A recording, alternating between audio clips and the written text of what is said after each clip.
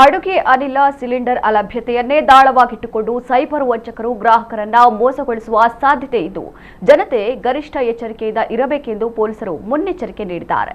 Cyber ವಂಚಕರು ನಕಲಿ gas booking website ಮೂಲಕ ಹಾಗೂ ಲಿಂಕ್ಗಳ ಮೂಲಕ ಸಾರ್ವಜನಿಕರನ್ನ ವಂಚಿಸಲಿದ್ದಾರೆ. ಕಂಪನಿಗಳ ನೈಜ ಲಿಂಕ್ಗಳಂತೆಯೇ ಇರುವ ನಕಲಿ ಲಿಂಕ್ಗಳನ್ನ ಮೊಬೈಲ್ಗೆ ಕಳುಹಿಸಿ ಬುಕಿಂಗ್ ಮಾಡಿಸಿ ಹಣ ದೋಚುವ ಯೋಜನೆ ವಂಚಕರದ್ದಾಗಿದೆ. ಹೀಗಾಗಿ ಇಂತಹ ಲಿಂಕ್ ವೆಬ್ಸೈಟ್ಗಳನ್ನ ಸಾರ್ವಜನಿಕರು ನಂಬಬಾರದು. ಎಲ್ಪಿಜಿ ಬುಕಿಂಗ್ ಆಗಿ ಆಯಾ ಸಂಸ್ಥೆಗಳ ಅಧಿಕೃತ ಆಪ್ಗಳನ್ನ ಬಳಸಬೇಕು ಅಥವಾ ಅಧಿಕೃತ ವಿತರಕರನ್ನ ಸಂಪರ್ಕಿಸಬೇಕು.